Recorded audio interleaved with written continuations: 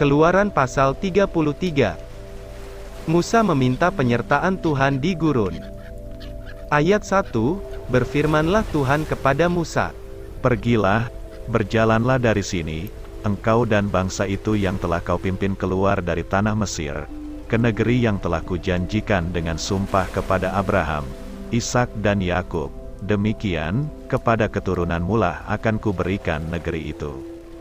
Aku akan mengutus seorang malaikat berjalan di depanmu, dan akan menghalau orang Kanaan, orang Amori, orang Het, orang Feris, orang Hewi dan orang Yebus, yakni ke suatu negeri yang berlimpah-limpah susu dan madu.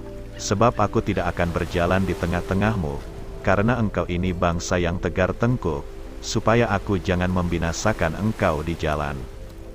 Ketika bangsa itu mendengar ancaman yang mengerikan ini, berkabunglah mereka, dan seorang pun tidak ada yang memakai perhiasannya.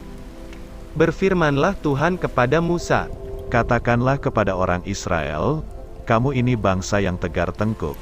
Jika aku berjalan di tengah-tengahmu sesaat pun, tentulah aku akan membinasakan kamu. Oleh sebab itu tanggalkanlah perhiasanmu, maka aku akan melihat apa yang akan kulakukan kepadamu. Demikianlah orang Israel tidak memakai perhiasan-perhiasan lagi sejak dari Gunung Horeb. Sesudah itu Musa mengambil kemah, dan membentangkannya di luar perkemahan, jauh dari perkemahan, dan menamainya kemah pertemuan. Setiap orang yang mencari Tuhan, keluarlah ia pergi ke kemah pertemuan yang di luar perkemahan. Apabila Musa keluar pergi ke kemah itu, bangunlah seluruh bangsa itu dan berdirilah mereka, masing-masing di pintu kemahnya, dan mereka mengikuti Musa dengan matanya, sampai ia masuk ke dalam kemah. Apabila Musa masuk ke dalam kemah itu, turunlah tiang awan dan berhenti di pintu kemah, dan berbicaralah Tuhan dengan Musa di sana. Setelah seluruh bangsa itu melihat, bahwa tiang awan berhenti di pintu kemah, maka mereka bangun dan sujud menyembah, masing-masing di pintu kemahnya. Dan Tuhan berbicara kepada Musa dengan berhadapan muka, seperti seorang berbicara kepada temannya. Kemudian kembalilah ia ke perkemahan, tetapi abdinya, Yosua bin Nun, seorang yang masih muda, tidaklah meninggalkan kemah itu. Lalu berkatalah Musa kepada Tuhan, memang engkau berfirman kepadaku, suruhlah bangsa ini berangkat. Tetapi engkau tidak memberitahukan kepadaku, siapa yang akan kau utus bersama-sama dengan aku. Namun demikian engkau berfirman, aku mengenal namamu, dan juga engkau mendapat kasih karunia di hadapanku. Maka sekarang, jika aku kiranya mendapat kasih karunia di hadapanmu, beritahukanlah kiranya jalanmu kepadaku, sehingga aku mengenal engkau, supaya aku tetap mendapat kasih karunia di hadapanmu.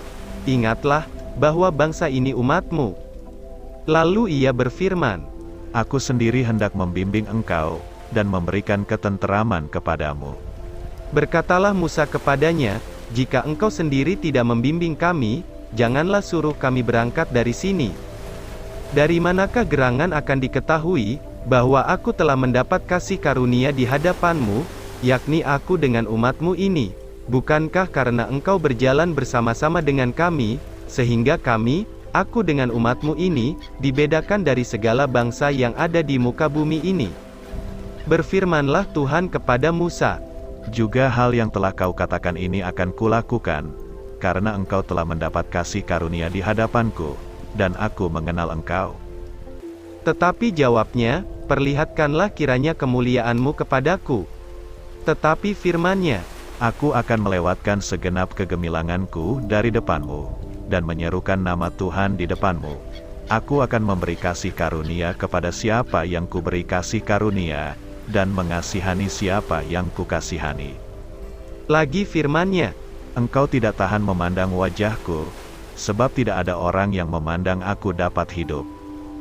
berfirmanlah Tuhan, Ada suatu tempat dekatku, di mana engkau dapat berdiri di atas gunung batu.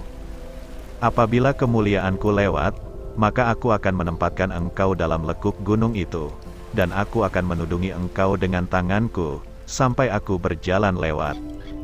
Kemudian aku akan menarik tanganku, dan engkau akan melihat belakangku, tetapi wajahku tidak akan kelihatan.